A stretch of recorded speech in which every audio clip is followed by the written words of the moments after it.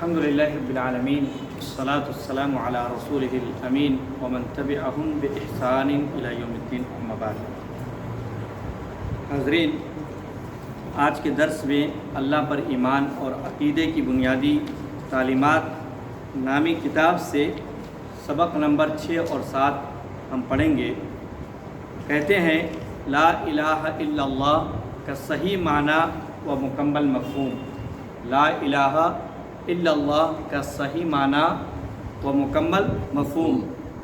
کہتے ہیں لا الہ الا اللہ کا صحیح ترجمہ کیا ہے؟ درست ترجمہ، صحیح ترجمہ کیا ہے؟ نہیں ہے کوئی سچا معبود، نہیں ہے کوئی سچا معبود سوائے اللہ کے۔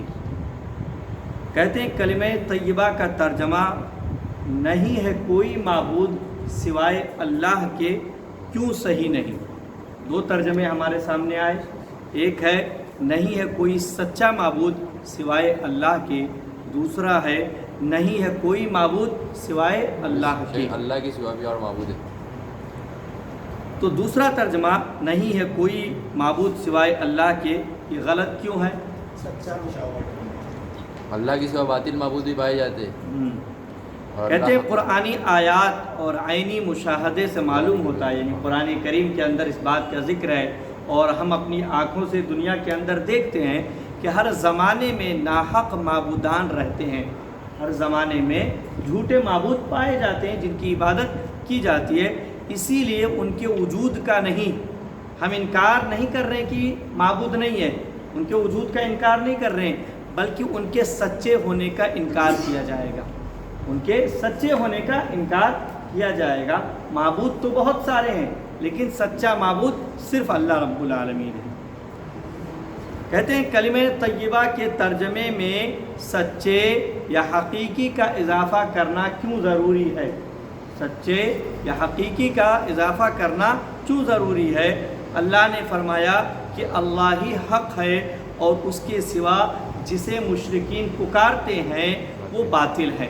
کیونکہ اللہ نے فرمایا کہ اللہ ہی حق ہے، سچا ہے، باقی سب جھوٹے ہیں، باطل ہیں، اس وجہ سے ترجمے میں سچے یا حقیقی کا اضافہ کیا جاتا ہے۔ کہتے ہیں کیا مشرکین مکہ اللہ پر ایمان رکھتے تھے؟ مشرکین مکہ اللہ پر ایمان رکھتے تھے۔ کہتے ہیں مشرکین مکہ نے اللہ کا بالکل انکار نہیں کیا، انہوں نے اللہ کا انکار نہیں کیا کہ اللہ نہیں معبود ہے، اللہ کوئی نہیں ہے، بلکہ اللہ کو اپنا اور آسمان و زمین کا خالق مانا، اپنا اور آسمان و زمین کا خالق مانا۔ اور بھی قرآن آیات کے اندر بہت ساری ایسی باتیں ہیں جن کا وہ اللہ کے تعلق سے اقرار کرتے تھے، جیسے مصیبت سے نجات دلانے والا صرف اللہ، جب مصیبت میں پھنستے تھے تو اس موقع پر صرف وہ اللہ رب العالمین ہی کو پکارا کرتے تھے، تو اللہ کا انکار نہیں کرتے تھے بلکہ اپنا اور آسمان و زمین کا مالک اللہ ہی کو مانتے تھے۔ کہتے ہیں کلمہ طیبہ کی پہلی خصوصیت بیان کیجیے۔ کلمہ طیبہ کیا ہے؟ وہ کلمہ طیبہ کیا ہے؟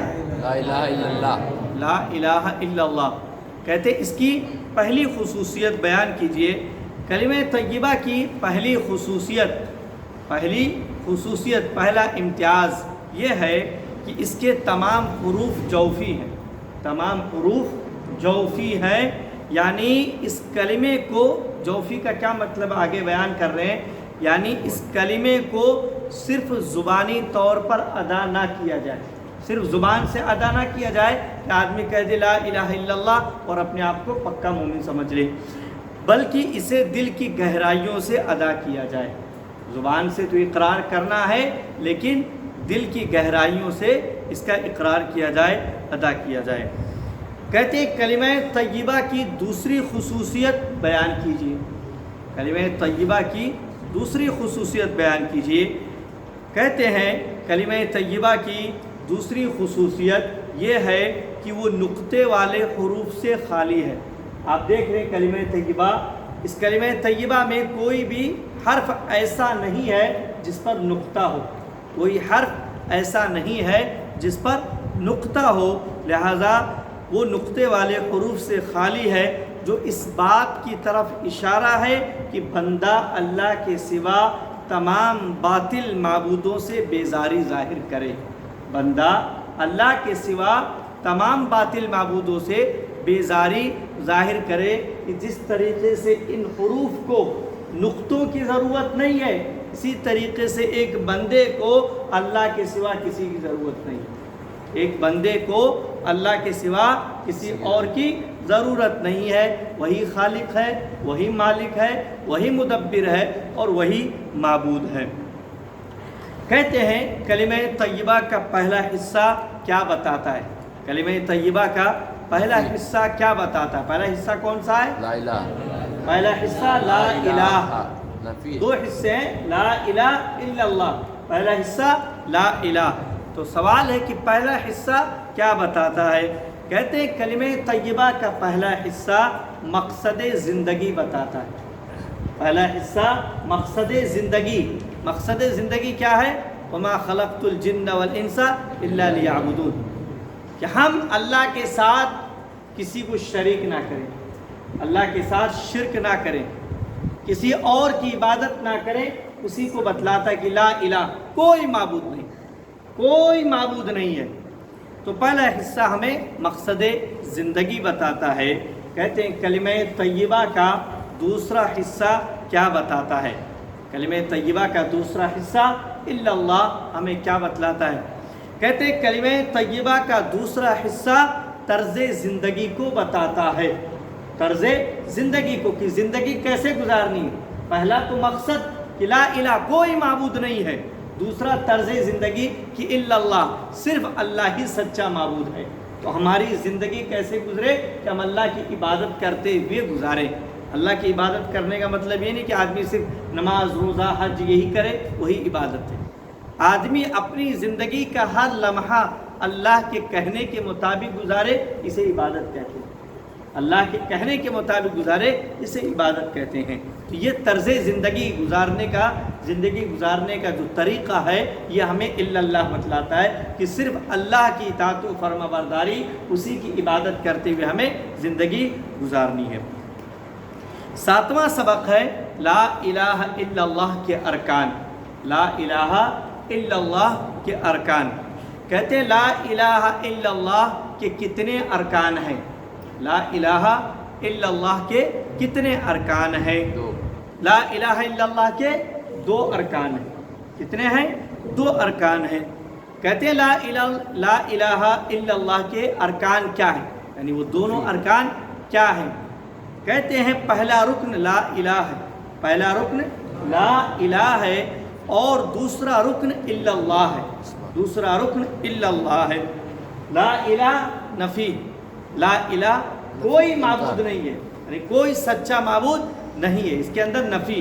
تو پہلا رکن نفی اور دوسرا رکن الا اللہ، اس بات، پہلے میں نفی ہے اور دوسرے میں اس بات، سوائے اللہ کی۔ پہلے نفی، ہر معبود کی نفی، کوئی معبود نہیں، حتیٰ کہ پہلے ٹکڑے میں اللہ کی بھی نفی کہ کوئی معبود نہیں ہے، لیکن دوسرے ٹکڑے میں اللہ کے لیے الوہیت کو ثابت کیا جا رہا کہ الا اللہ۔ تو اس طور پر دو ارکان ہیں، پہلا لا الہ نفی اور دوسرا الا اللہ اس بات۔ کہتے ہیں کلمہ طیبہ کے ارکان کے لیے کیا ضروری ہے؟ یہ جو دونوں ارکان لا الہ نفی الا اللہ اس بات، ان کے لیے کیا ضروری، کون سی بات ضروری ہے؟ کہتے ہیں کلمہ طیبہ کے دونوں ارکان کا بیک وقت یعنی ایک ہی ساتھ پایا جانا انتہائی ضروری ہے، ایک ہی ساتھ پایا جانا انتہائی ضروری ہے۔ ایسا نہیں ہو سکتا کہ آدمی کہے میں پہلے جملے پر، پہلے رکن پر ایمان لاتا ہوں، میں پہلے رکن پر ایمان لاتا ہوں دوسرے پر نہیں، یا کوئی کہے میں صرف دوسرے رکن پر ایمان لاتا ہوں کہ ہاں میں اللہ کو معبود مانتا ہوں، اللہ کو خالق مانتا ہوں، اللہ کو رازق مانتا ہوں، اللہ کو سب مانتا ہوں، لیکن لا الہ اس پر ایمان نہیں لاتا ہوں، دوسرے جھوٹے معبودوں کا میں انکار نہیں کرتا ہوں۔ تو کفار مکہ کا بھی یہی تھا، وہ اللہ کو معبود مانتے تھے، خالق رازق سب مانتے تھے، لیکن دوسرے جو جھوٹے معبود ان لوگوں نے بنا رکھے تھے ان کا وہ انکار نہیں کرتے تھے۔ لہٰذا کلمہ طیبہ کے دونوں ارکان کا بیک وقت پایا جانا انتہائی ضروری ہے، اس کے بغیر کوئی شخص دائرۂ اسلام میں داخل نہیں ہو سکتا ہے، مومن نہیں ہو سکتا ہے۔ کہتے ہیں کوئی شخص ملحد کب ہوگا؟ کوئی شخص ملحد کب ہوگا؟ ملحد کسے کہتے ہیں؟ ناستک، سب معبود کا انکار کرنے والا۔ ملحد ایسا جو کسی ایتھسٹ۔ الہ کو نہیں مانتا ہے، کسی معبود کو مانتا ہی نہیں، نہ سچے معبود نہ جھوٹے معبود، وہ معبود ہی کا انکار کرتا ہے کہ کوئی معبود ہے ہی نہیں ہے اس طور پر۔ تو کہتے ہیں کوئی شخص ملحد کب ہوگا؟ کہتے ہیں اگر کوئی شخص صرف پہلے رکن کو اہمیت دے تو ملحد و بے دین ہوگا۔ پہلے رکن کو، لا الہ کو اہمیت دے رہا ہے، کہہ رہا کوئی معبود نہیں ہے، نہ سچا نہ جھوٹا، دوسرے رکن کو حیثیت اس کے نزدیک کوئی نہیں ہے، پہلے رکن کو اہمیت دے رہا اور پہلے رکن کو تسلیم کر رہا کہ نفی، معبود کوئی ہے ہی نہیں، تو ایسا شخص ملحد ہوگا۔ ہر قسم کے سچے جھوٹے ہر معبود کا انکار کرنے والا ملحد ہوگا۔ کہتے ہیں کوئی شخص مشرک کب ہوگا؟ کوئی شخص مشرک کب ہوگا؟ مشرک شرک کرنے والا۔ کہتے ہیں اگر کوئی شخص پہلے رکن کو نظر انداز کرے اور صرف دوسرے رکن کو اہمیت دے تو مشرک ہوگا۔ پہلے رکن کو نظر انداز کر دے، اس کا اقرار نہ کرے، دوسرے کو اہمیت دے کہ الا اللہ، ہاں اللہ معبود ہے، میں مانتا ہوں اللہ معبود ہے، لیکن اس کا اقرار نہ کرے، سارے معبودوں کی، جھوٹے معبودوں کی نفی نہ کرے، ان کو باطل نہ ٹھہرائے، ان کا انکار نہ کرے، تو ایسا شخص مشرک ہوگا کہ اللہ کو تو مان رہا ہے لیکن دوسرے معبودوں کو بھی مان رہا ہے، دوسرے معبودوں کو بھی مان رہا تو دوسروں کو اللہ کے ساتھ شریک کر رہا۔ تو ایسا شخص جو پہلے رکن کا انکار نہ کرے، پہلے رکن کو کوئی اہمیت نہ دے، صرف دوسرے رکن کو مانے اور اسی کو اہمیت دے، وہ شخص مشرک ہوگا۔ کہتے ہیں کوئی شخص مومن و موحد کب ہوگا؟ مومن و موحد کب ہوگا؟ مومن و موحد ہونے کے لیے، مومن اور موحد ہونے کے لیے دونوں ارکان کو ایک ساتھ اہمیت دینی پڑے گی۔ دونوں ارکان کو، لا الہ نفی الا اللہ اثبات، دونوں ارکان کو ایک ساتھ اہمیت دینی پڑے گی اور انہیں ایک ساتھ ادا کرنا پڑے گا۔ جب تک ایک ساتھ ادا نہیں کریں گے تب تک کوئی شخص مومن نہیں ہو سکتا ہے، موحد نہیں ہو سکتا ہے۔ جب دونوں رکن کو، نفی اور اثبات، ایک ساتھ تسلیم کریں گے، ایک ساتھ اقرار کریں گے، ایک ساتھ ادا کریں گے، تب مومن ہوگا، تب موحد بنے گا۔ ورنہ دوسری صورت میں اگر نہیں تسلیم کرتا، کسی ایک کا بھی انکار کرتا ہے، یعنی لا الہ کو نہیں مان رہا، الا اللہ کو مان رہا، یا الا اللہ کو نہیں مان رہا، لا الہ کو مان رہا، تو ایسا کوئی بھی شخص نہ مومن ہو سکتا ہے اور نہ ہی موحد ہو سکتا ہے۔